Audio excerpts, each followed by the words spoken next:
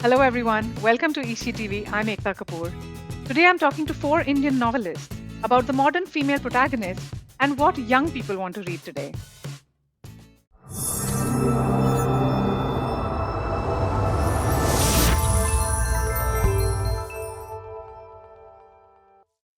A very warm welcome to our four panelists today. First up is Dr. Arva Bhavnagarwala. Based in Mumbai, Arva is a pediatrician, a writer, and a mother to two boys.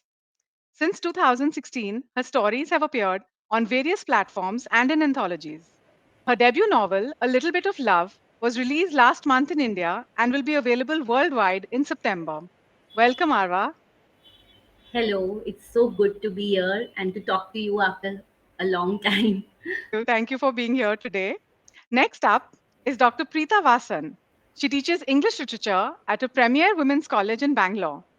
Her poems and stories have been published in many anthologies and have won several awards. A mythological fantasy novella for young adults titled The Chronicles of the Crimson One was published last year. Hi, Preetha. Hi, Ekta. Hi, Ishi. Thank you once again for doing this, for having us here. It's a pleasure to meet everyone. Thank you. Thank you. I'll now like to welcome Shalini Vineeth. Shalini is a fiction and freelance writer based in Bangalore. She worked for a decade in the electronics industry before turning to full time writing. She has authored 5 books and has contributed to several anthologies and online magazines, including eShe, I must add. Her latest novel is titled Lost Edges and was released recently. So, hi, Shalini. Hi, Ekta. So nice to be here, and I'm looking forward to this discussion. Thank you for being here. And finally, we have Dr. Shalini Mullick, who's a pathologist from Delhi. Her book, Stars from the Borderless Sea, was longlisted for the Author Awards 2023. Shalini received a jury appreciation citation at the UNFPA Lardli Media Awards for gender sensitivity. She has also won 2 Orange Flower Awards and co authored 3 anthologies. Hi, Shalini. Nice to see you again. Hi, hi, Ekta. It's so lovely to be here and part of this lovely conversation with such wonderful co-panelists. Thank you for having me here. Thank you. And now I welcome all of you on this screen. And I would also like to tell our viewers how I met you all. So, all four of these authors are part of Ishi's first book. Everything changed after that 25 Women, 25 Stories, which was published 2 years ago. And since then, we've all been in touch. This book is still selling well on stands. And if anyone is interested, you can head to the link on the screen and you'll know how to get your copy. So, welcome to all my distinguished panelists. I'd like you all to please talk a little bit about your latest books. They all have one thing in common, which is that they all have a female protagonist. So, let's start with you, Arva. Tell us about your book, A Little Bit of Love, and about its protagonist. It is basically a contemporary romance, but it also deals with complicated families, medical conditions, and love between siblings, friends, and parents. So basically, it's a typical Indian family story. We have two main characters, Afra and Sadik. So Afra is this hopeless romantic, a dreamer. She wants to become a teacher, but her mother is behind her to get her married like her younger sister and have babies. But she wants to do something for herself. So she tries to stay adamant in her choices. And before getting married, she wants to do something for herself. So this is her journey and how she meets Sadik during the Mumbai floods. It's a very slow burn romance as well. And Sadik, on the other hand, is a medical student. He also deals with complicated family relationships. He wants to get his mother away from his narcissistic father, and for that he's toiling really hard in his life. And his plans get slightly derailed when he meets Afra, but he doesn't let go of his ultimate goal. So this is what this book is about. And can you tell us what was the inspiration for the female character? So Afra is basically an ordinary young woman. She could be. I found inspiration for her through the various ordinary women who I know in my life. Be it the domestic help, be it someone sitting next to me in the local train, or someone sitting next to me in the bus. So it is a usual girl with her dreams and ambitions and trudging through life on a daily basis, having small goals to achieve, ultimately leading to a bigger one. So there's a little bit of Afra in all of us, I feel. Yeah, that's right. Okay, thanks for sharing that. And now I'll come to Preetha. So, Preetha, tell us about your book and the protagonist in the Chronicles of the Crimson One. Okay, hi, Ekta. So this is my book, The Chronicles of the Crimson One. Hmm. So my protagonist is a young girl called Pavitra. She's probably about 13. This is a mythological fantasy fiction. So starts in this world where she's a regular school girl, goes to school, gets bullied for a lot of reasons, keeps running away from class, and there is also this young boy in school who gets kind of an orphan boy who's adopted by the ayah and things like that. So he seems to be a secondary figure. So to escape her bullies, she keeps finding these different spots to hide. And one day she hides in this trunk, and that becomes the portal to go into this alternate world. This alternate world is largely inspired by Hindu mythology, Vishnu Puranas. There is a Garuda kind of a figure. So this alternate world is already under a curse, and they're waiting for somebody to bring in the be the savior figure. Of course, nobody knows what is the interconnection between the two stories because it's a kind of a dual narrative. It's only mid-center that you realize that these two stories are in fact connected. So the alternate world is a fantasy world, completely created by me, but it is also based on the Dashawataras of Vishnu, and this particular story is based on Prahalada and Hiranyakashipu. And in the end, my protagonist becomes the Narasimha Avatara, sort of a mixture of Kali and Vishnu, not a male Narasimha Avatara, but more like a Kali figure, Hmm. and destroys the evil tyrant and brings rain and prosperity to the land. And about the female protagonist, like what was the thought behind having a female protagonist? My daughter was getting bullied in school a lot. Okay. Yeah, for Hmm. a lot of reasons, for her hair, for her skin color, and we were struggling to change her school from ninth grade to 10th grade, and that's a very difficult shift. So I Hmm. think that really went into creating this character, and what if you can escape into this world and find Wow. yourself. So that's what she does. She feels Hmm. very demotivated. She has no identity. She thinks she's a nobody, but then she goes to this Hmm. world and finds that she can do it too. So that's Hmm. yeah. Hmm. That's so interesting. And we'll Thanks. come back to your readership and to the protagonist as well in a bit. Thank you. I'll now come to Shalini Vineeth. So, Shalini, tell us about Lost Edges. That's your latest. And who or what inspired the female lead? Yeah, so this is my book, Lost Edges. Yeah. So this was released in May this year. So the book is about millennials, like it's about a millennial couple who go through they go through a rough patch in their marital life, and this novel is mostly about how they trying to find purpose and love while they are navigating through mental health issues, gender inequalities, and misplaced ambition. So this is largely inspired from what millennials in going through these days, especially from my generation. So the story is basically inspired from people I know, people I have worked with, my friends, my college mates. I think there has been a monumental shift in the way we have grown up, because when we were growing up, the world was a very different place. So I think this changes has also brought about a lot of conflict and stress in our generation. The story has only a few, the novel has only a few characters, handful of characters. So the main spotlight is on Gitanjali and Ravi. So Gitanjali Roy Chowdhury is the protagonist, female protagonist of the novel, and she's a very special character to me because she has been with me for 9 years. I've been writing this novel for 9 years, and she is kind of a person, in the at first look, she looks like a typical modern ambitious woman who want to get who want to get ahead in life, who want to have a great career. She's very ambitious and competitive, but I also wanted her to be a representation of a modern woman who is kind, who is supportive, and who has to take a lot of burden in the sense, like, as a caregiver. But even though she's very adept at her work, she has to face a lot of discrimination at her workplace, and how it affects her, and how she kind of realizes that, what is important in her life while being a caregiver and while being a ambitious professional. She also has a path that she goes through, that she realizes that this is what is important for me, this is what is important for my life.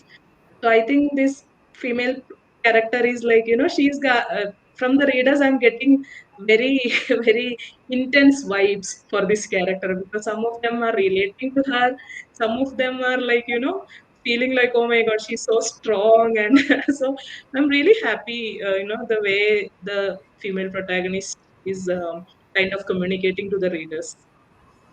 That's great. So it's lovely to hear about all these these characters that people can really relate to. I mean, all of you have described characters that we can really relate to. So I'll come to Dr. Shalini Mullick now.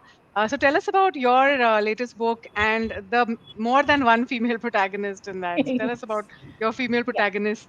Yeah. Yeah, so this is my book. It's called Stars from the Borderless Sea. This is a book about love, but it is also a book about strong women. And I think and I believe that the two actually go hand in hand. So I have three longish stories in this book. Each of them has a different protagonist. There are three women here. Mahima, Rachna, and Geetika. And all three of them are shown having different circumstances, different life problems, different journeys through life, different companions, and different types of relationships. What is common in all of them is that all three of them make the best of whatever life gives out to them, and that is the inspiration.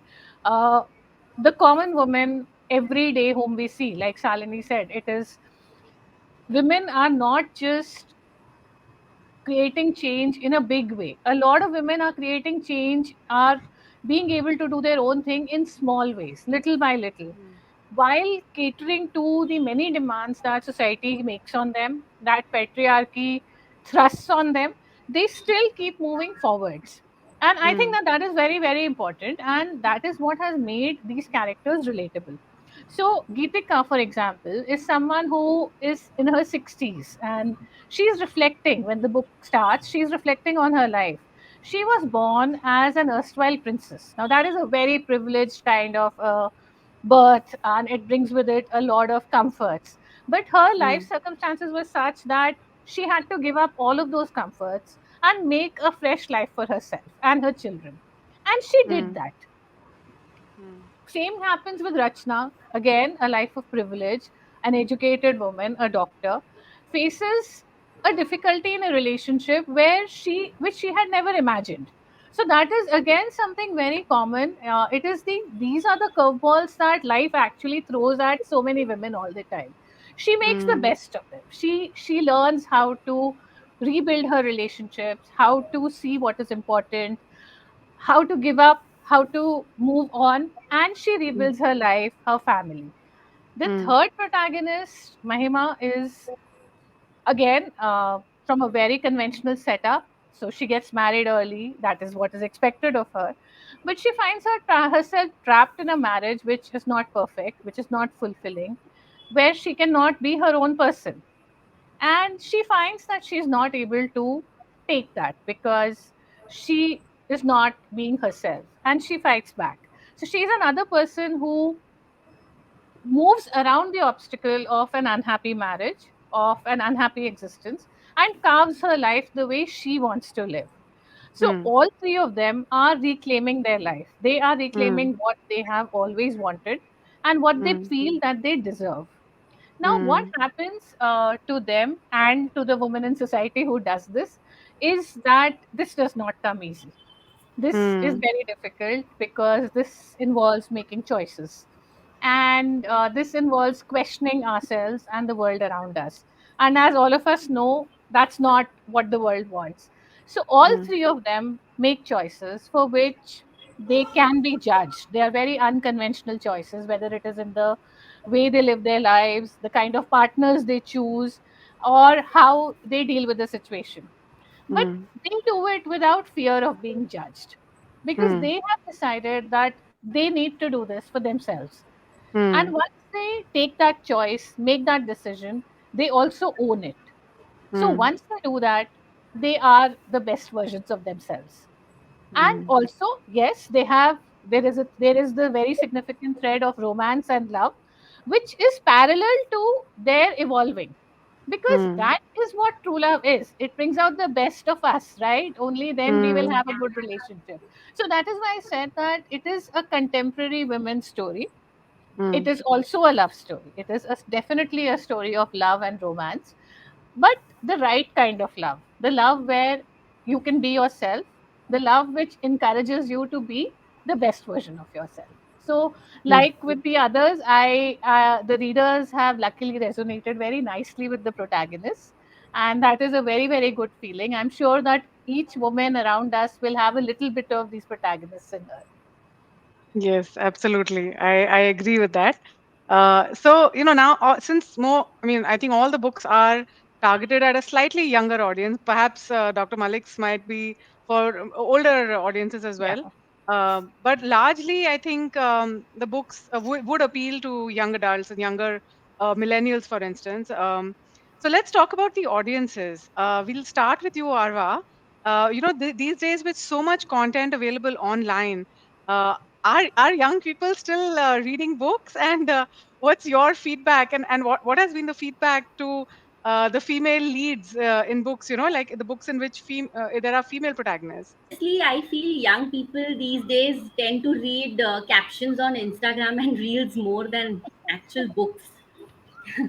But Yeah. in my youth, I used to read Mills and Boons and lots of fantasy in my teens, and in Uh, 20s, I've only read medical textbooks, and uh, now I've again picked up on reading fiction. But I think the youth of today would prefer reading shorter books, one which they can read, which are very fast paced and they can read in one or two sittings at the most. Because my own kids, we have a stack of middle grade novels and stuff at home, but they only want books with pictures and less text, more pictures, less text. And I'm like, y'all are growing, y'all can't read picture books now. But no, that is what they prefer to read, easy reads basically. So I think the youth today are more focused on quick reads, and which give them the satisfaction at the same time that okay, they've read something, they have read mm, a novel, to be more precise. Yes, and this other thing is about the female, how they react to female protagonists. mm, I think if a person is an ardent reader, it wouldn't matter who the protagonist is. They would love the book anyways. I read books, all kinds of books, even with male protagonists, female, like anything is fine as long as I'm enjoying it, I'm into it, it hooks me in. Then that is something I look forward to reading in a particular book. Yeah, I think that's a good point. People who are ardent readers would love any kind of protagonist. But it has been a cultural perception, and I think the sales figures do show that books with women protagonists are mostly picked up by women readers. So unfortunately, that has been in the industry, that's been something that's been noticed. So I'll come to Preeta now, because you've written a completely different genre of book. Tell us, what has been the feedback that you've got from people of that age group, and are the young women, for instance, feeling more inspired by having a strong female protagonist, going through all these adventures? And what's been the feedback you've got? Okay. Interestingly, I have had feedbacks only from female readers. Hmm. They were inspired by the fact that this girl could achieve something like this on her own. Though she gets transported to this alternate world, it's more a kind of a self-motivated uh, belief that she could also do it. So Hmm. that kind of resonated with them very well, because I think there's this teeny bit of you need a divine help as well. But I kind of Hmm. underplayed that in my book, and projected more as if projected my protagonist as somebody who finds herself, right, like an Mm, inner strength, and that's mm, what and she uses that to fight back. The other thing which resonated with my readers is the I mean, if I can use a technical term, I don't want to use it because the genre is for young adult, but the eco-feminist angle in the book. There's a lot of mm, nature. These girls connect with trees. She goes there, she hugs the trees start sprouting leaves, she brings rain. So many of them also connected with, this whole thing of women and nature, the mm, eco-feminist angle of the book. I mean, I was surprised, but even in the Bangalore Literature Festival, a lot of people who had read it were particularly talking about this bit about the trees and the trees talking and the morphizing nature, and this mm, female protagonist connect with nature because this alternate world is peopled with mainly these creatures called yakshas who are wild animals or plants or trees, and she's the one mm, who's able to connect with them, and she saves the land from drought and famine and brings rain. So mm, that I had not expected at all. So that was mm, a surprise card for me. So I was very happy with people connecting with that. mm. Great. So let's come to Shalini Vineeth. Your book targets millennials, and you've talked about how the character is so relatable to people of that age group. Now, how different is this generation when compared with others, and how do they react to such nuanced female characters? So, as far as the reader reviews have come in, Mm, the book has managed to generate a very strong reaction in whoever has read it. Some mm, of them have told me that these both the characters have made us very, very angry. I was feeling oh, furious for them for whatsoever reasons, not taking charge of their life, or why, especially the main protagonist and both the protagonists. So this is the strong reaction is something a very constant feedback I'm getting from all the readers. They are either angry, or they are either moved by them, or they are like sad. And so I'm happy that this book has kind of stirred up at least some people who have read it. mm, That was my intention when I was writing the book, because I was not writing, even though it's a romance book, it has a lot of elements of romance, marriage, relationship. I wanted the book to be a discussion around mental health, and also mm, about things which we I can say every generation, especially Indians, what things we just bury deep inside ourselves and pretend that everything is okay with us, be it mm, mental health, or be it our work or our relationship. We like to kind of sweep things under the carpet and pretend like, yeah, we are all doing good, great. So this was mm. kind of a nudge, or even a even a little bit kind of a slap on the wrist kind of a stuff, which Yeah. so the readers were like, oh my god, I was upset. I mean, I'm furious about these characters. Why are they acting like this? And some of them told that after reading this, I felt very sad, because I realized my life is same. There is no difference Mm, between my life and their life. And one of my friends, she told me that, were you stalking me all these years? It's the same. The life is same for me, and your characters are like. So I told her that this is the reality of a lot of us.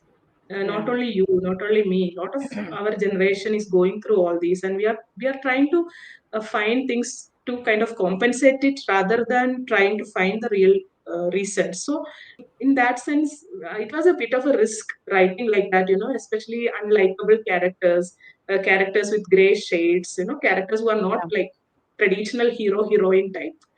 Because Right. these characters, Ravi and Gitanjali, are not a hero and not a heroine. If you take Mm, their characters, you have a lot of things which you will not like about them, because mm, in a traditional sense.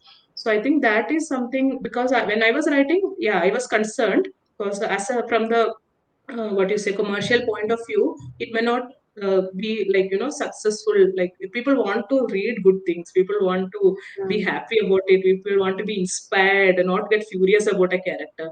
So there was a very thin line between unlikability and reality. So most of, as Preetha said, most of my readers have been women till now. mm, So thankfully, but they really related to the female character, because mm, especially the gender inequality, the inequality in payment, And inequality in generally how they are treated at the workplace, especially if they are working in a male dominated industry. So how they Right. are treated, how the ecosystem of teams, and how the relationship between a manager and a person who is like an employee and a manager. So all these Mm, ecosystems. So I think that has a lot of women have told me like, yeah, we have been through this. And mm, even though even though organizations are doing everything they can these days to mm, decrease this disparity, mm, but yeah, it exists in certain places, and women really, it's a kind of added pressure for them to perform. So mm. on top of everything else. Yeah. So this has been, I think, mostly 90% readers have been women, and Mm. they could strongly relate to the characters. Yeah, and I think that is what literature is about, isn't it? I mean, on one hand, you are reflecting what is happening in society, and on the other hand, you're also offering possibilities of outcomes, or perhaps even ways of thinking. Like you said, a lot of people started thinking about their own life in a different manner after reading the book. So I think that's what literature is supposed to be about. So I think that's a good thing. That's a positive thing. So let's come to Dr. Shalini Malik now. So tell us about your book. What was the audience you had in mind, and what has been the feedback to the female protagonists in that for you? Okay, so since my protagonists are older women, Hmm. I naturally expected the readership to be slightly similar. Hmm. See, this is not a peppy college romance which Hmm. ends with a happily ever after. This Hmm. is a book which starts where the happily after starts, Hmm. when the women realize that it is ever after, but it's not Hmm. as happy as they would have liked their lives to be. So, Hmm. obviously, it would be relatable to people who have lived some part of that journey, right? Been achieved that level of maturity. And among that age group, it has been, I must say, touchwood, excellently received. But having said that, it is not that the protagonists or the book have not resonated with the younger readers. I Hmm. did not actively go seeking them. It was my assumption that they may not understand the nuances or the of the people, the layers of the characters, or the complexities of a relationship. Hmm. I think that I was wrong, because those of the younger readers who have picked up the book have been able to identify with the protagonists and their Hmm. choices also. So I think that the youth is reading, Hmm. but at the same time we all need to be, my book is not targeted at them. So Hmm. anything, anyone who reads it will need to have that baseline expectation, like I said, that it's not a boy meet girl and they drive off into the sunset. So once they're Hmm. okay with that kind of an expectation, they will read the book. I Hmm. think the youth is looking for smaller, shorter content to read, as Arva said. There is no doubt Hmm. about that. I Hmm. don't think that they want to read books which are 300, 400 pages. I don't think they have the patience anymore. I think Hmm. we all have children who are growing up or grown up. We've seen that at home. But having said that, our youth is consuming a lot of content. Everything on the net is content, everything on Instagram is content. So we have to see how we can make our stories available to them in a format that they like to read. I think that that is also part of literature. That is also how literature evolves. And Hmm. it is for us to see how we manage to do that without, losing the essence of our stories or losing our Hmm. readers. So while Hmm. readership preferences in the youth have changed, there is no doubt. But I Hmm. think they are reading. I have been fortunate to do a good number of events, some literary festivals. People are there. There are young people coming. They are interested. They are enthusiastic. So I don't Hmm. think that we can have this blanket thing that the youth does not read. Hmm. Yes, some youth may not have read my book because it's not relatable to them at this stage of their life. Hmm. But at the same time, youth is reading, like with Preetha, young adult. We never had so many young adult books when we were growing up. They're lapping them up. They wait for them, don't they, Preetha? So Hmm. that's what I mean, that they are reading. If they're looking for something different, then okay, then that's something different will get written. Hmm. Yeah, So so that's interesting. Yeah, and in fact, taking on from what you've just said, about the reading habits of the youth, I'd like to now make it like a little more the conversation a little larger, and to actually try and find a way to include the male readers, Yeah. in the conversation. So let's start with Arva. Arva, with nowadays with a movie like Barbie trending, and a lot of other such films recently which have had female protagonists, do you think this young generation of boys is more accepting than the previous generations to have this strong female lead? So everybody has to learn to accept the other. Now, Hmm. my book is set in 2005 when these things were not that strong at that point of time. But Hmm. still, my male protagonist Sadik, he respects the choices of all the females in his family, whoever Hmm. his sister, his mother, or Afra. So he respects their choices and he always encourages them to do what makes them happy. So Hmm. similarly, I feel the youth, the young boys of today, it's up to us because we are raising them. So it's up to us to groom them in such a way that they respect the choices of women. They are ready to accept them in strong roles, and at the Hmm. same time, we encourage them to read more because that is how they will understand the what is going on in the world. That is how they will come to know that this attitude, this typical patriarchal mindset will not work in the future. So it's up to us to inculcate that change in them bit by bit. Hmm. And you have two sons as well. So, Yes. I think watching their own mom being a doctor going out and, writing books as well. I mean, I think you've also set a role model in your own family, right? Yes, so my older son wants to read the book because on the first page I've dedicated this book to both of them. So he's like, I want to read it. So I'm like, no, this is not for you now. Maybe when you grow a little older, you can read it. And I'm like, you read your books first, read the middle grade novels which we have stacked at home. So no, he wants to read the book which I have written. So now maybe the next book I can Naturally. target middle grade. Yes, that's a motivation like it was for Preetha as well. So yeah, Preetha, why don't you tell us about, since your genre is different, how do boys generally take to, these kind of mythological books, or are they mostly being read by girls? Okay, so yeah, my book is not mythological alone; it's also mythological fantasy fiction. I will start off Mm, with an example. Okay, mm, let's take this Harry Potter series, right? mm, Most of us who have read Harry Potter, we know the brain in the book is really Hermione Granger. But would mm, the Harry Potter series be would it have been as successful as it turned out to be if Hermione was the protagonist and not Potter?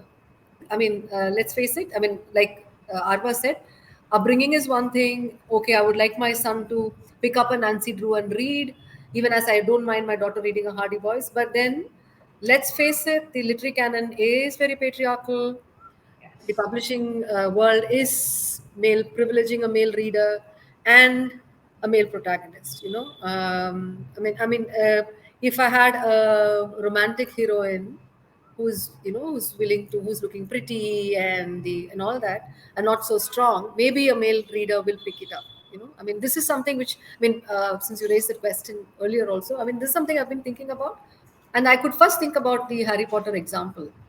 mm, Literally, Harry does nothing in that book. It's all Hermione's work, but we never give her the credit. And would she have become mm, as famous if it had been Hermione Granger?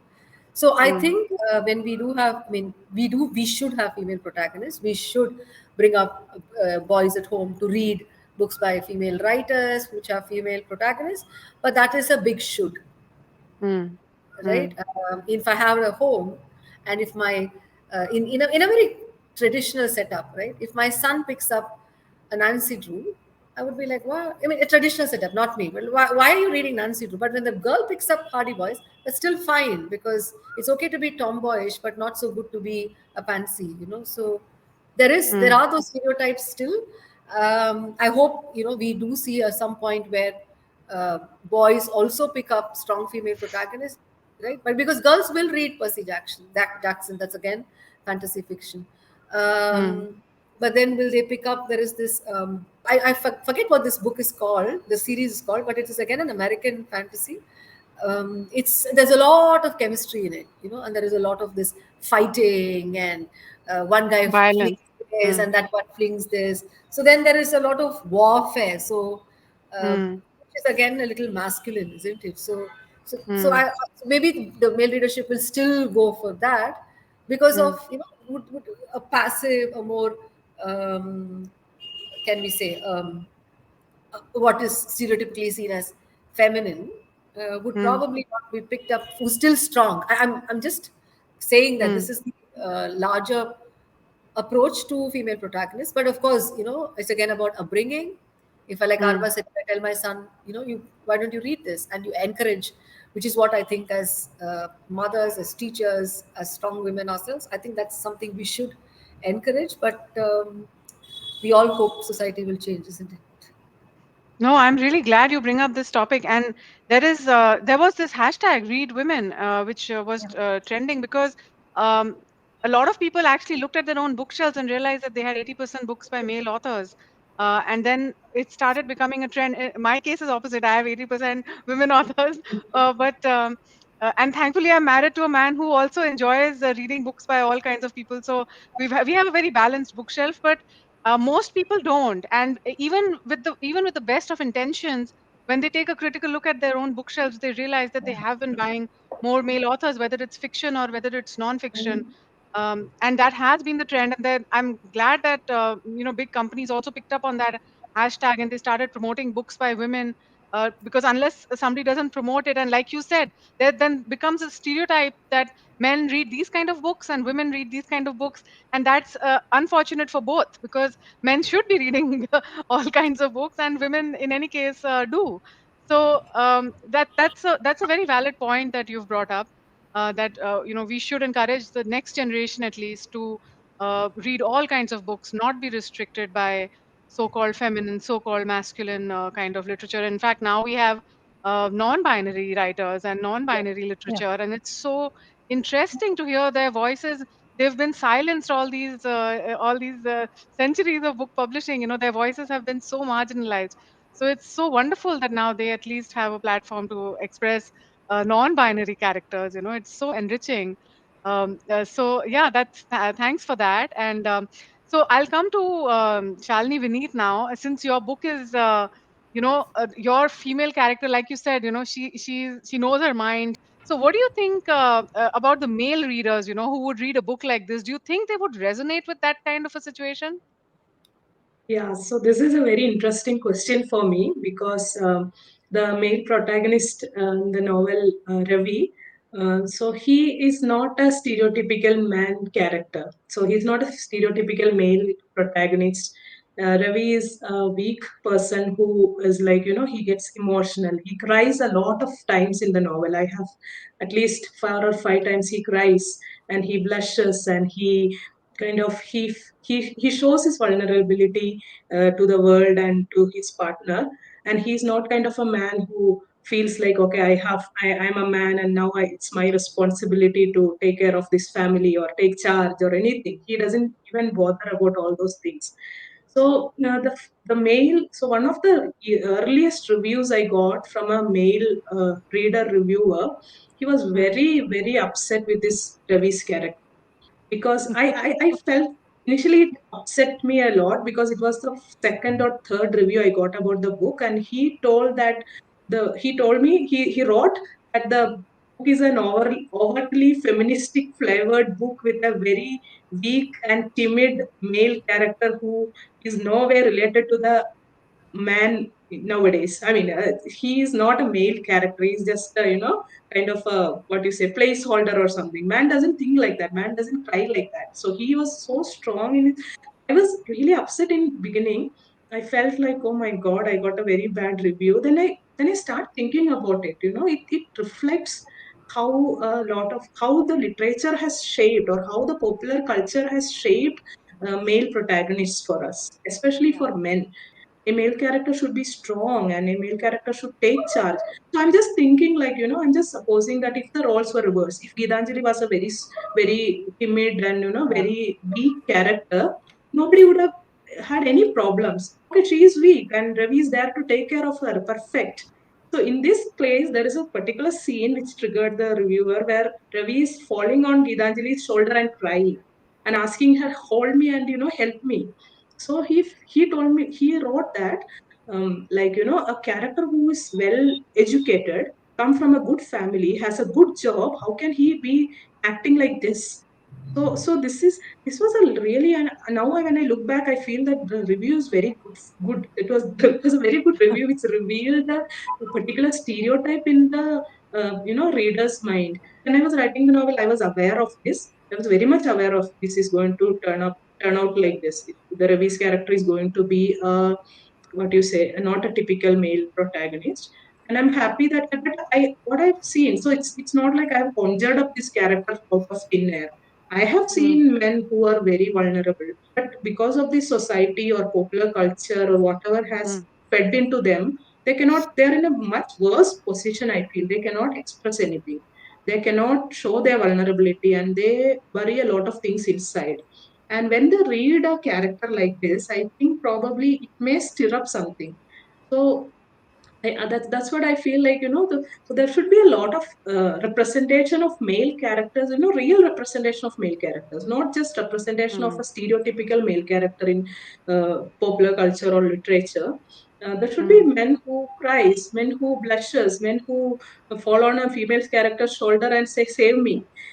Yeah. I think that's something which even whatever literature written by men or women, there should be more realistic portrayal of characters rather than for the sake of fitting into a stereotype, for the sake of selling more copies of the book, for the Mm, commercial success. Yeah. mm, What is the point of following a formulatic thing? If you're writing a book, you're taking so much pain to write a book, and if you mm, don't want to make any changes to the world, you mm. just want to do a formula and print 1,000 copies of book. I don't find any reason of wasting your years and years on a novel. I mean, it's just another, what you say, it's just another book. It's just another, like, it comes out of an assembly line to consume, and Yeah. people feel good about Yeah. it. No, it's good that you have written a path-breaking book, and crying is not a sign of weakness. I mean, we have two medical doctors in the room, and they'll tell us that when you cry, you're actually releasing the excess emotion, and Yeah. it's very healthy for you to cry. So if men believe that they're not supposed to cry, it's unfortunate for them because they're building up all this emotion inside them. So I think you've actually painted a good, healthy character, rather than quote unquote weak character. So congrats to you for that. And yes, I'll come to Dr. Shalini Malik on this topic. Since your characters are women who have made courageous and difficult choices, you've brought up a topic like extramarital affairs. So tell us, do you think male readers would find these topics relatable? Based on everyone's thoughts, my thoughts have been going here and there, because this is a very, very important thing. So first, about my book. Yes, I was scared about the backlash, about Mm, women taking decisions like extramarital affairs, raising their children alone, etc., etc. um, mm, Touchwood, that has not happened. The characters have been accepted. The characters, I don't know if these women have been liked by the male readers.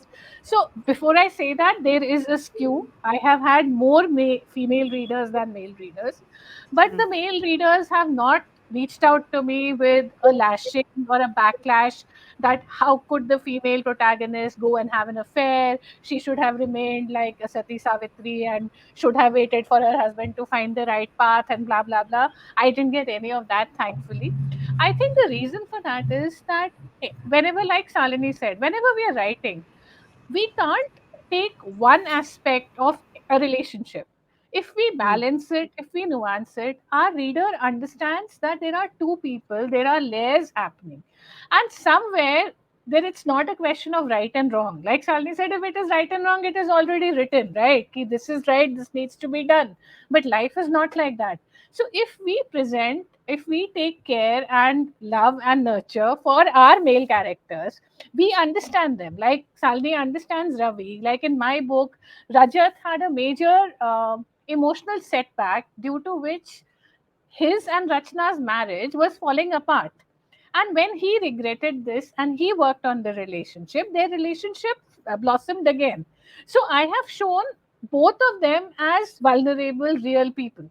That helps mm, in a reader accepting. See, I cannot write a book again just for the purpose of man bashing, that Hmm. does not help the cause that we are talking about, right? Hmm. There is so much socialization of gender happening in our society. Like, again, we've discussed, men are not able to cry, they have been projected in a certain way.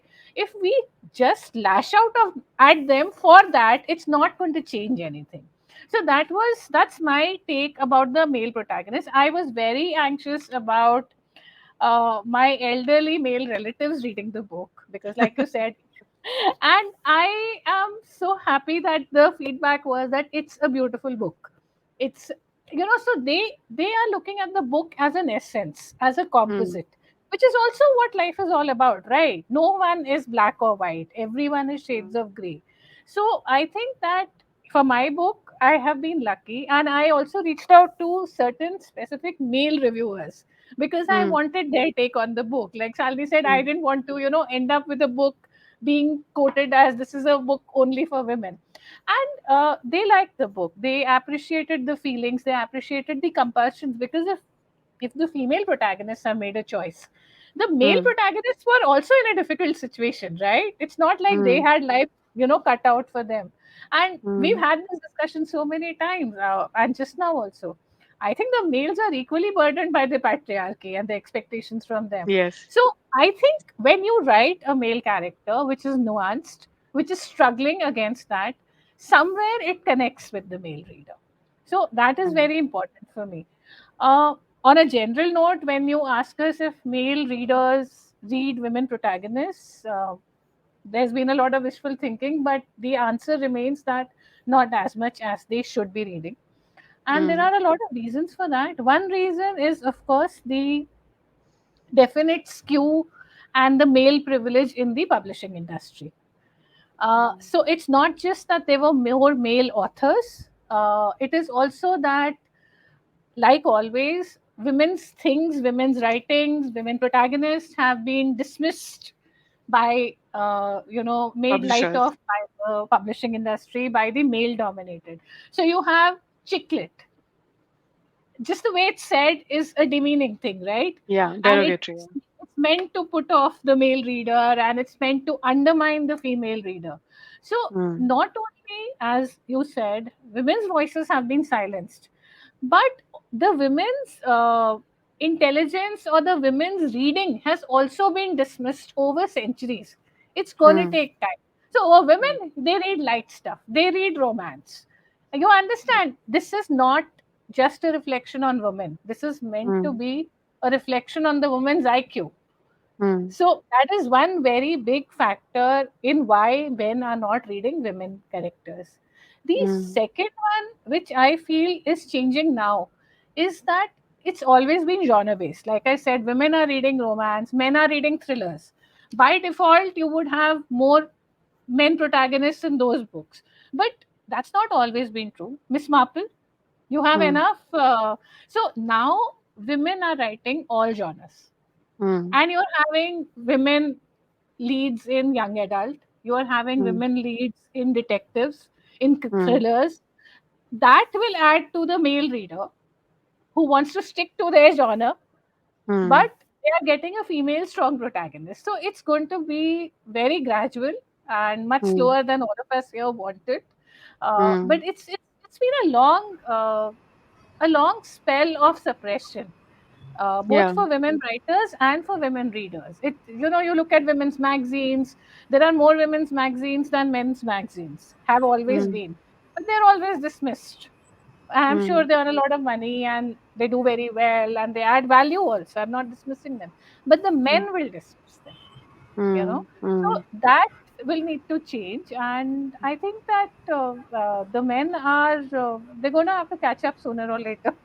Is all I can Yeah, say. and it'll be good for everybody if Yeah, if everybody reads all kinds of books. yeah, absolutely.